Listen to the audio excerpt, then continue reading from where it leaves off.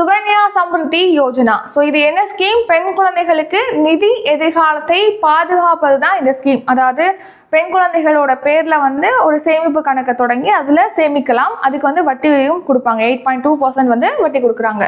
இப்போ இந்த ஸ்கீம் தொடங்கப்பட்டு 10 ஆண்டுகள் நிறைவு பெற்றிருக்கு. எப்போ ஸ்டார்ட் பண்ணாங்க? 2015 ஜனவரி மாதம் 22ஆம் தேதி தான் இந்த ஸ்கீம் லான்ச் பண்ணியிருக்காங்க.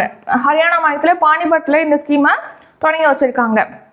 ஸோ இது என்ன ஸ்கீம் அப்படின்னா, இந்த சுகன்யா சம்ருதி யோஜனா அப்படிங்கிறது அதே வருஷத்துல லான்ச் பண்ண பேட்டி பச்சாவோ பேட்டி படாவோ அப்படிங்கிற திட்டத்தோட ஒரு பகுதியாக தான் இந்த ஸ்கீமை லான்ச் பண்ணியிருப்பாங்க. இந்த ஸ்கீம் பத்தி ரீசெண்டாக தான் பார்த்துருப்போம். இந்த திட்டம் தொடங்கப்பட்ட 10 ஆண்டுகள் நிறைவடைஞ்சிருக்கு. தமிழ்ல என்னன்னா இந்த ஸ்கீமோட பேரு பெண் குழந்தைகளை காப்போம், பெண் குழந்தைகளுக்கு கல்வி அளிப்போம் அப்படிங்கிறது தான் தமிழ்ல இந்த ஸ்கீமோட பேரு. ஸோ இந்த திட்டத்துடைய ஒரு பகுதியாக தான் சுகன்யா சம்ருதி யோஜனா தொடங்கப்பட்டிருக்கு. இது பெண் குழந்தைகளுக்கான நிதி சேமிப்பு திட்டம். ஸோ பிறந்ததுலேருந்து 10 வயது வரைக்கும் இருக்கக்கூடிய பெண் குழந்தைகளோட பேர்ல ஒரு சேமிப்பு கணக்கு தபால், அதாவது அஞ்சல் நிலையங்களிலோ இல்லைன்னா வங்கிகளிலோ நம்ம தொடங்க முடியும். ஸோ அதில் பார்த்தீங்கன்னா மினிமம் அமௌண்ட் நம்ம 250 ரூபி போட்டு டெபாசிட் பண்ணி கணக்கை தொடங்க முடியும்.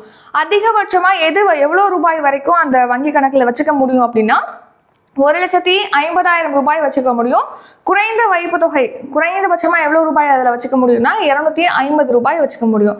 ஸோ இப்போ பெண் குழந்தை 18 வயது ரீச் பண்ணிட்டாங்க அப்படிங்கிற பட்சத்தில் அவங்களுடைய உயர்கல்விக்காக பணம் தேவைப்படுதுன்னா இவங்க டெபாசிட் பண்ணியிருக்காங்க இல்லையா, சேமிப்பு தொகை பண்ணியிருக்காங்க இல்லையா, அதில் 50% அவங்க எடுத்துக்க முடியும். காசை திரும்ப பெற்றுக்கொள்ள முடியும். மீதி 50% அதில் இருக்கும். அதுக்கான வட்டி செலுத்தப்பட்டு வரும். எவ்வளோ வட்டி இதுக்கு கொடுக்குறாங்கன்னா 8.2% வட்டி இதுக்கு கொடுக்குறாங்க.